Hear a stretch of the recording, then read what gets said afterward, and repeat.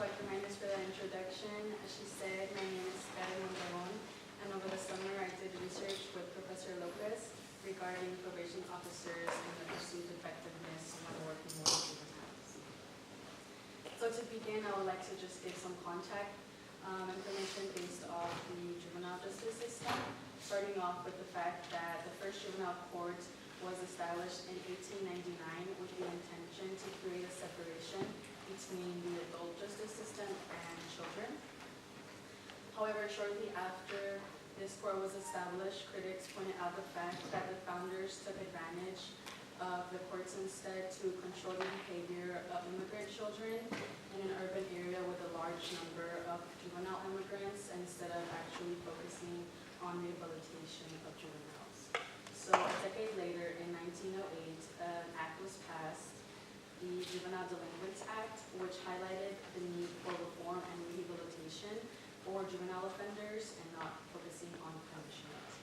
And the goal of the juvenile justice system is to treat cases while still focusing on the needs of young people.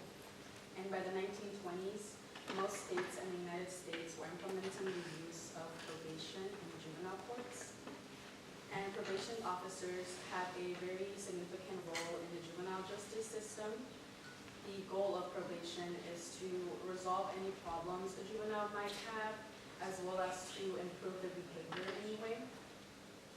Juvenile probation officers participate in intake screening, meaning that they conduct interviews with juveniles to assess if courts need to take action regarding their alleged offense.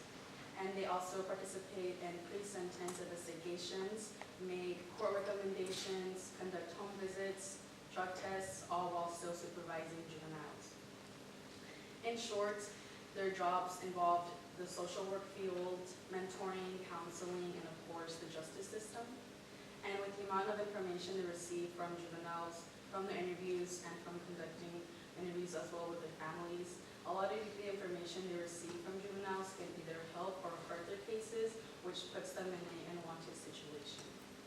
And there was a study published in the Youth Violence and Juvenile Justice Court that reported that, in fact, the intentions of probation officers are not focused on research, and juvenile probation is actually very similar to the adult probation system. There was a large study conducted in 1974 called the Mondragon Report, which focused on determining the most effective ways to help rehabilitate incarcerated people. However, due to no found effect on rehabilitation, researchers were unable to find any solid conclusions for this, which was very surprising at the time and overall really questioned the justice system because it showed that it was not helping the prisoners who were in there. And additionally, with the rise of female juvenile crime in the 1990s, individuals began to question the juvenile justice system, which led to a tough-on-crime approach, which eventually made its ways to the court system. And by the 1990s, 40 states had passed laws making it easier to prosecute juveniles in cases in the juvenile court system. So for reference, in 1990, there were over 1.5 million juvenile cases. In 2011, there was a drop to a little bit over 1.2 million. And recently, in 2021, there was less than 500,000 cases. However, this number is still very large considering the fact that we're talking about juvenile crime. With the amount of cases that juvenile probation officers have to oversee, it can be hard to ensure that the needs of juveniles are actually being met. And additionally, probation officers may experience burnout, which occurs when individuals work intensely close with others, and it's also known as emotional exhaustion. And this can decrease the quality of care and the relationship between a juvenile probation officer and a juvenile. And along with probation officers reporting that they feel as though they're working in unsafe conditions, the high stress they experience is a common reason why individuals in this field end up leaving. And although there is enough research regarding the roles and responsibilities of probation officers, there still needs to be more research entailing the perspectives that probation officers have and the beliefs about the system that they currently work in, which leads me to my research question, which is what impact do juvenile probation officers' experiences have on their perceived effectiveness when working with juveniles, And basically, I was just trying to see if job experience has any relationship with how effective probation officers believe to be when they are working with juveniles.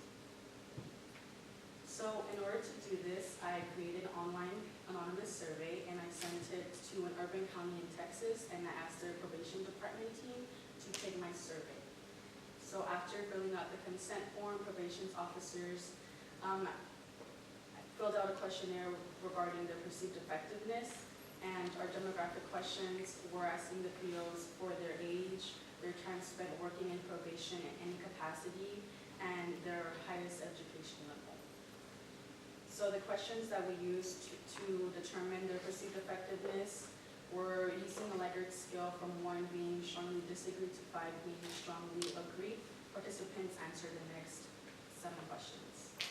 1, I believe juveniles are receptive to my supervision. I believe juveniles change their behavior based on my supervision. I believe parents are receptive to my supervision. I believe my supervision has no real impact on juveniles. I believe juveniles I supervise are likely to end up in the adult criminal justice system. And I look forward to meeting with my supervisees. And to analyze our results, due to our small sample size of 6, we were able to do a correlational analysis using Excel. And to preface, because our sample size is very small, we cannot say that any of our results were statistically significant. However, they do point in the direction that the longer time a probation officer has worked, the less they feel that they are making a difference in the juveniles that they oversee.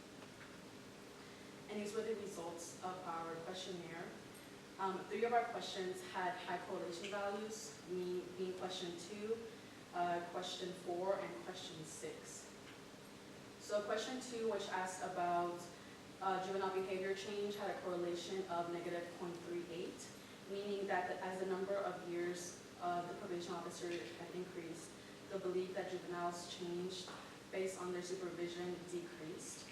And question 4, which asked about how receptive parents were, had a correlation of negative 0.70, meaning that as experience increased, so did the belief that parents are receptive decreased. And question 6, which asked about juveniles ending up in the adult criminal justice system, that had a correlation of positive 0.34, meaning that as years of experience increased, so did the belief that the juveniles that POs oversee will end up in the adult criminal justice system. And additionally, we ran another correlation within our study by separating positive focused questions and negative focused questions. So, for example, a negative focused question that we looked at were questions 5 and question 6. Question 5 asked about the supervision they provide having no real impact on juveniles, and question 6 asked a question about the juveniles entering the adult criminal justice system. And the correlation after we did that analysis was, for the positive focus questions, we had a correlation of negative 0.39, and for our negative focus question, we had a correlation of positive 39. And when it came to our demographic questions, as I said, we asked them about their age, their total number of years working in probation in any capacity, meaning also with adults, and their education levels. And so the average years worked in probation in any capacity was 21 years. The total years of work in that department with the sample size that we had was 127.5 years of experience for that team. And the average age for our participants was 47.5. In addition, all of our participants reported having their bachelor's degree as their highest level of education. And again, research in this field can help establish higher burnout rates in those who have more years of experience. And when it came to the limitations of our research, we were only able to look at 1 county in Texas. And although our survey was still anonymous, due to our small sample size and the use of self-reported data that we use, could also be seen as a limitation. And for future research in this field, there still needs to be a lot of research done on the juvenile justice system, specifically on the probation officers' perspectives regarding any potential changes to the probation department overall and to the juvenile justice system. For my acknowledgments, I would like to thank my professor, Dr. Lopez, for doing research with me over the summer. I would also like to thank the McNair Scholars Program for allowing me to do research with them for another year and for their continuous support. Lastly, I would like to thank my friends and family